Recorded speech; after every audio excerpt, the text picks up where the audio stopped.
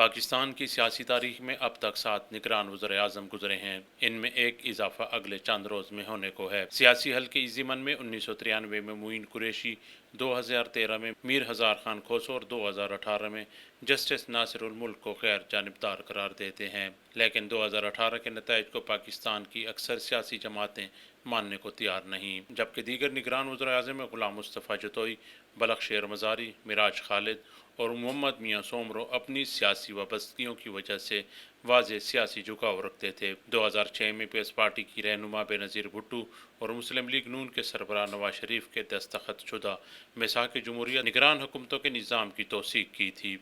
لیکن میثاق کے سیکشن 31 میں واضح طور پر غیر جانبدار نگران حکومت کا مطالبہ کیا گیا تھا۔ یہ جملہ آئین میں اس کی عدم موجودگی کی وجہ سے نمایاں ہے۔ 2018ویں اور 20ویں ترمیم کے بعد بعض قانونی شقوں میں نگران حکومتوں کی آئینی اسکیم کو بڑے پیمانے پر نظر انداز کیا گیا۔ اسی سال اپریل میں پنجاب اور کے پی میں نگران حکومتوں کے 90 دن کے مینڈیٹ سے تجاوز کرنے کے بعد سے پاکستان میں نگران حکومتی نظام شکوک و شبہات کی نظر سے دیکھا جا رہا ہے۔ دونوں حکومتیں نہ صرف کام کرتی رہیں بلکہ الیکشن ایکٹ 2017 کے سیکشن 230 کی دفعات کے برعکس طویل مدتی پالیسی فیصلے بھی کرتی نظر آ رہی ہیں۔ نگران حکومت پر عوام کا اعتماد اس وقت مزید مجروح ہوا جب عمران خان کی مخالف سیاسی جماعتوں نے کھلے عام اعتراف کیا کہ ان کے نامزد کردہ نمائندوں کو ایک متفقہ کوٹے سسٹم کے تحت کے پی میں نگران حکومت میں شامل کیا گیا تھا۔ کے پی کی نگران حکومت کی جانبداری کا اندازہ اس بات سے بھی لگایا جا سکتا ہے کہ نگران وزیروں میں ایک نے حال ہی میں ایک سیاسی جماعت کے جلسے سے خطاب کیا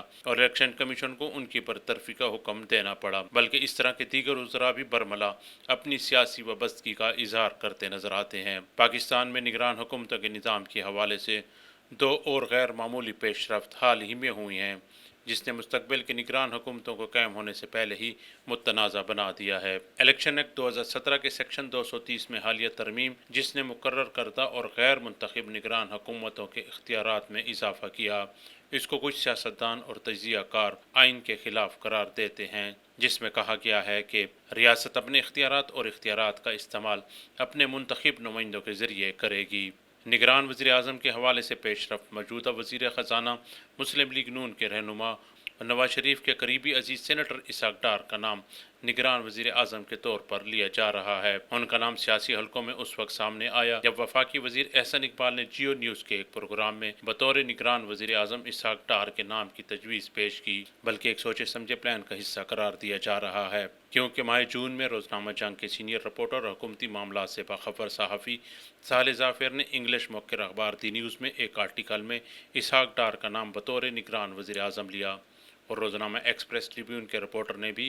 اسحاق ڈار کو بطور نگران وزیر اعظم گردانا۔ پاکستان مسلم لیگ نون کی روایتی حریف جماعت پاکستان پیپلز پارٹی کی جانب سے اسحاق ڈار کے نام پر رد عمل سمجھ میں آتا ہے، اور سیاسی اس ضمن میں یہ رائے رکھتے ہیں کیونکہ موجودہ سیٹ اپ میں دونوں حریف جماعتیں ایک پیج پر ہیں، لیکن الیکشن میں ہر دو جماعتوں نے الگ ہونا ہے، اور اس کا نقطہ اعتراض نگران سیٹ اپ کی تشکیل ہی قرار پا سکتی ہے۔ اسحاق ڈار کا نام گرچہ ایک غیر سرکاری تجویز تھی، کیونکہ قومی اسمبلی کی تحلیل ہونے تک رسمی کارروائی شروع نہیں ہوگی۔ ایک ذریعے نے یہ بھی اطلاع دی ہے کہ اس سے قبل وزیر دفاع خواجہ آصف کا نام بھی بطور نگران وزیر اعظم لیا جا رہا تھا، لیکن انہوں نے اس ضمن میں معذرت کر کے اپنا نام اس دور سے حذف کروا لیا۔ ملک کی موجودہ معاشی صورتحال، آئی ایم ایف اور ورلڈ بینک کی جانب سے آئندہ چند روز میں ایک بڑی امداد کے تناظر میں اسحاق ڈار اپنی قابلیت اور طویل تجربے کی وجہ سے وزیر اعظم بننے کے لیے کافی اہل ہو سکتے ہیں، لیکن ایک سیاسی جماعت کے ساتھ ان کی جانبداری اور قریبی وابستگی انہیں نگران وزیر اعظم کے طور پر قطعی طور پر